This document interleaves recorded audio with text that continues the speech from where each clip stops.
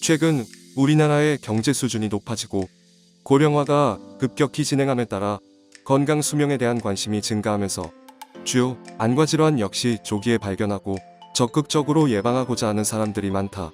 그런데 이렇게 높아진 사람들의 눈높이를 만족시킬 수 있는 확실하고 제대로 된 검사들이 있을까? 서울대학교 병원 강남센터에서는 이런 수요자들의 요구를 만족시키기 위해 기본 검사는 물론 시신경 망막 질환 선별 검사인 정밀환압, 안저 촬영, 빛간섭 단층 촬영과 전완부 질환 선별 검사인 세극등 현미경 검사, 눈문막 파괴 시간, 각막염색 점수, 눈물 분비 검사, 안구 표면 염증 표지자 검사 등을 포함한 눈 건강 특화 검사를 실시하고 있다. 자동 굴절 검사는 안과나 안경점에서 기계를 통해 열기구, 트랙터, 빨간 지붕의 집 등을 보는 검사다. 눈 속에 빛을 비춰 반사되어 나오는 빛을 관찰하는 것인데, 반사되어 나오는 빛이 초점으로 맺히는 위치를 검사하여 눈의 굴절률을 알 수 있다. 초점이 망막 앞에 맺히면 근시, 뒤에 맺히면 원시, 여러 개의 초점이 있다면 난시다. 다음은 안저 검사. 안저 촬영 장비에 눈을 대고 있으면 특수 카메라가 안구의 최신부를 촬영 및 관찰한다. 황반을 포함한 망막, 시신경이나 혈관에 생긴 이상을 확인하는 검사다. 경우에 따라서는 산동제를 정환하여 동공을 확대시켜 검사를 하기도 한다. 우리 눈은 강한 빛이 들어오면 홍채가 조여지면서 동공이 닫히기 때문에 망막을 자세하게 보기 힘들다. 그래서 산동제를 넣어 근육을 마비시키고 동공이 닫히지 않은 상태에서 눈의 뒷부분을 확인한다.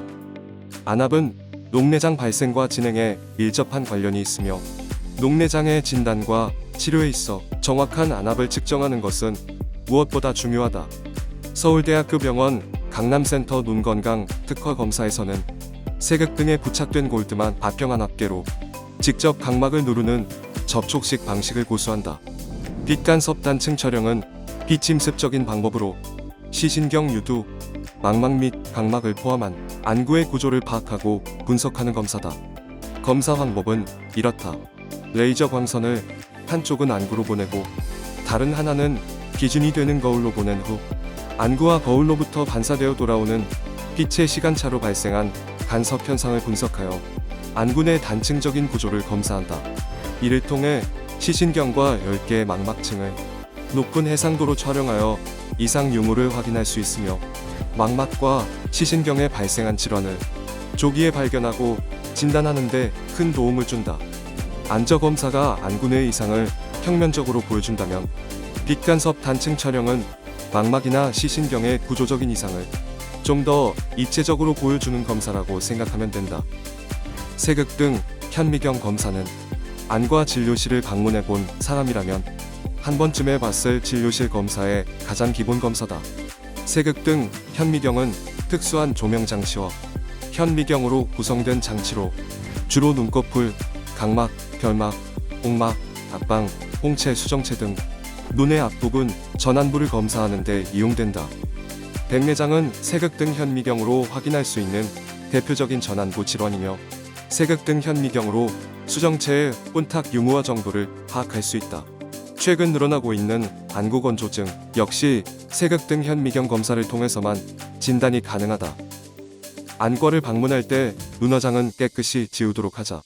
안과 전문의는 안구만 보는 것이 아니라 눈꺼풀도 본다는 사실.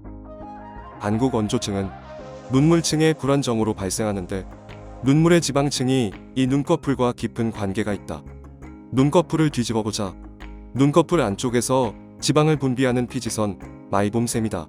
마이봄샘에서 배출된 기름 성분이 눈물을 코팅하여 증발을 막고 안구 표면을 보호한다.